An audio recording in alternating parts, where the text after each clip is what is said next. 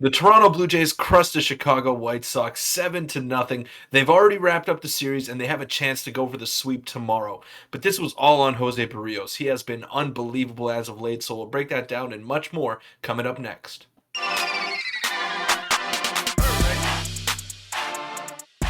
What's up, Jays fans? I'm your host, Peter Vryonis, alongside host Nick Goth. And what a game. What a way to start off this six-game homestand here for the Toronto Blue Jays. Another great outing out of Jose Berrios.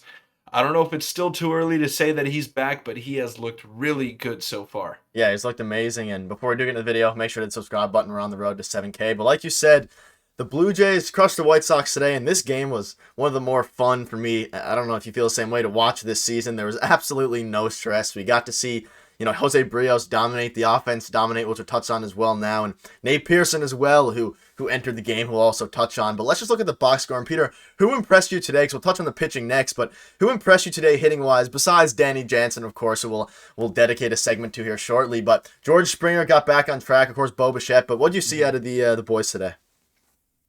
Yeah, I loved what I saw to George Springer today. It's fun. It's about time, That's the way baseball works. He's been getting robbed for the past week and a half here, and today he gets three. Let's call them what they are. They weren't scratch hits, but they were very weakly hit baseballs that ended up in the hit column for George Springer. So he deserves it. Hopefully that can give him some confidence going forward. But the defense was very good today, and I was very impressed with what they threw behind Jose Barrios. But the star of the show had to have been Berrios. He was just so good all game long, and his command was impeccable. His four-seamer, he kind of didn't throw it as much as he has been in previous starts. Still 23 out of his 103 pitches, I believe. So it's still a number that's a little bit too high for my liking, but his sinker was moving in all different directions today. His slider was very tight and sharp, and it was just a great outing out of him. Very glad to see him make his way back. Yeah, and we'll touch on him more in a second with some video clips. But like you said, Springer impressed, and obviously the hits weren't the hardest hit balls, but he deserves it after having tons of hard hit balls robbed from him. Vladdy and Bo got on the board. Varsho continues to struggle a little bit, but Matt Chapman and Whit Merrifield's hit streak come to an end at 10 games, but it did keep his on-base streak alive. And Kevin Kiermaier was kind of Yes. one of the other highlights of the game, just because of the throwing his batting gloves at the fan. The fan was so happy, and it was something that was Kevin Kiermaier has become a fan favorite, and he's a favorite of ours, and he plays the right way. It's unbelievable at defense, and overall just a big win. But let's touch on Jose Berrios more. He just did it a little bit, but we can touch on him a bit more as well as the other pitchers. But like you said, he's still using his fastball a little bit, but his slurve was working. He was locating so well. His movement is unbelievable. It's some of the best out of any starter in the league, really, when he's on, as he goes 7 innings, 4 hits, only 1 walk, which is very important because his command was there, with 9 strikeouts. And when Jose Berrios is on, he's getting 7 to 9 strikeouts a game. And like you said, anything else you saw? I'll pop up a clip here now as well, showing some of his Ks. But what a game from him! He was able to locate down in the zone, and that's been a big problem for him in the past year plus. It's that he's been missing up, he's been missing middle, and that's when he gets crushed. For whatever reason, his mistakes seem to get hit a lot harder than other pitchers' mistakes, and I don't know why. I don't know, maybe those hitters have a vendetta against Jose Barrios, but whenever he would make a mistake last season, it would probably be 30 seats up in the left field bleachers or the right field bleachers, and that's the kind of season that it was. I was expecting a bounce back coming in. I wasn't sure how much of a bounce back, because he couldn't really be that much worse than he was last season, but he has looked very good in his past 3 starts, and just the rotation in general has been phenomenal as of late. I think it's 8 quality starts in a row, or Yeah, 7 quality 8 now. starts in a row, which is now they're in the league lead, and we wouldn't have been able to say that just a couple weeks ago. So I've been very impressed with them. Jose Barrios, hopefully he can keep it up and continue to mix his pitches. He was using his changeup a lot more today against right-handed hitters, which is something we haven't seen out of him all season.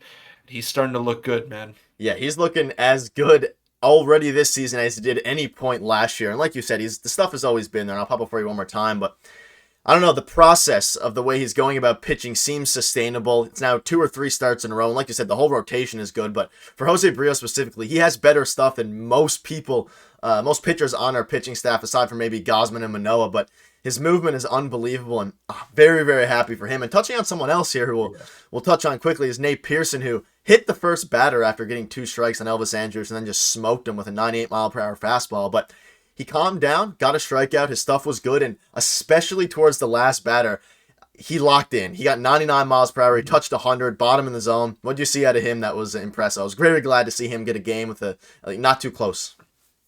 Yeah, me too. This was a perfect situation for him, and you could tell the nerves were there. There was the weight of the world on this guy's shoulders coming into the league. He was expected to be the next big thing, and then he got overshadowed by Alek Manoah. He'll never live up to that hype that he had when he was in the minor leagues, when he was recently drafted by the Toronto Blue Jays in the first round, but it is what it is. He can still be a valuable major league asset in the bullpen, and hopefully he can get to that point. The stuff is phenomenal. It's off the charts. He's just got to stay healthy and he's got to get that confidence because he was shaky coming in.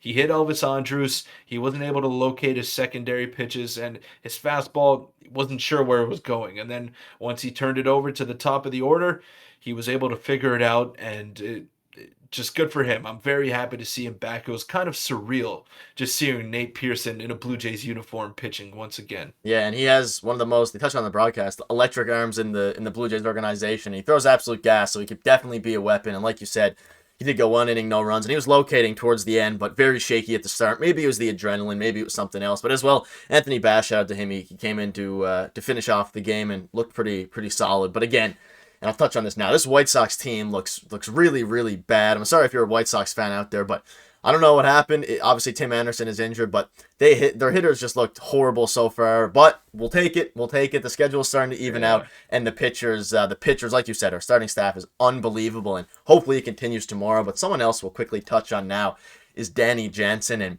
in his last 8 at-bats, or it might be 9 now, but at some point in the broadcast, it was like 8 at-bats. He has 3 home runs and a double. He's bringing up his average. It was really bad to start the year. He had 2 home runs today. He's pulling the ball, and if he gets going, then the offense is going to be unstoppable.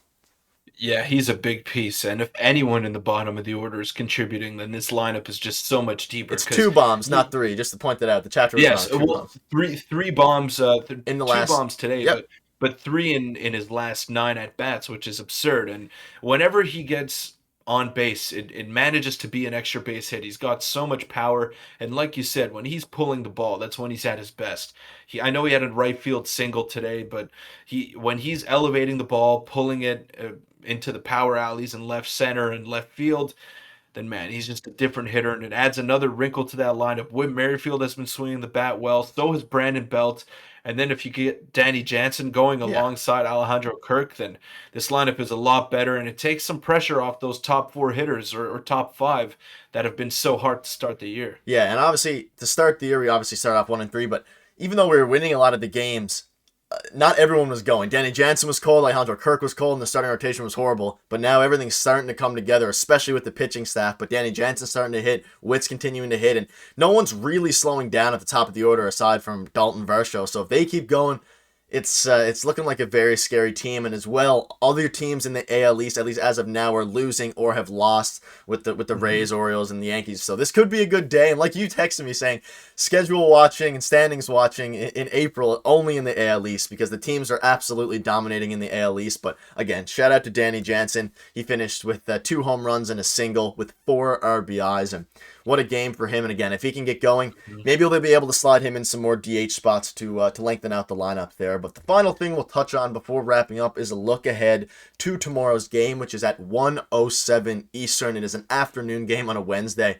And you have Yusei Kikuchi going to the Hill. And is there anything you're looking forward to? Obviously, Yusei Kikuchi, hopefully he can continue his hot start to the season aside from his 1 start. But I'm looking for the sweep at this point. This Chicago White Sox team looks defeated. They look brutal, and we got to win this game.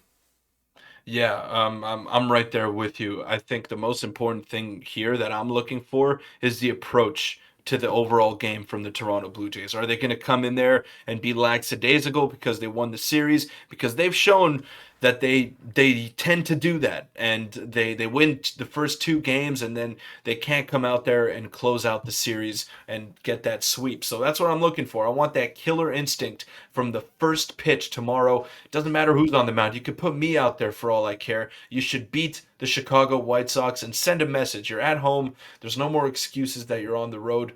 Go out there and get that win that you need heading into that off day and that big series against Seattle. Yeah, I agree. Big game tomorrow and then the off day Thursday. But either way, we've won another series, so I can't complain about that. But at this point, the sweep against a team that looks as bad as the White Sox do right now would be very good. But that'll wrap up the video. Thank you guys for watching. We'll have a pregame stream tomorrow for the afternoon game, so tune in if you can. We'll see you then.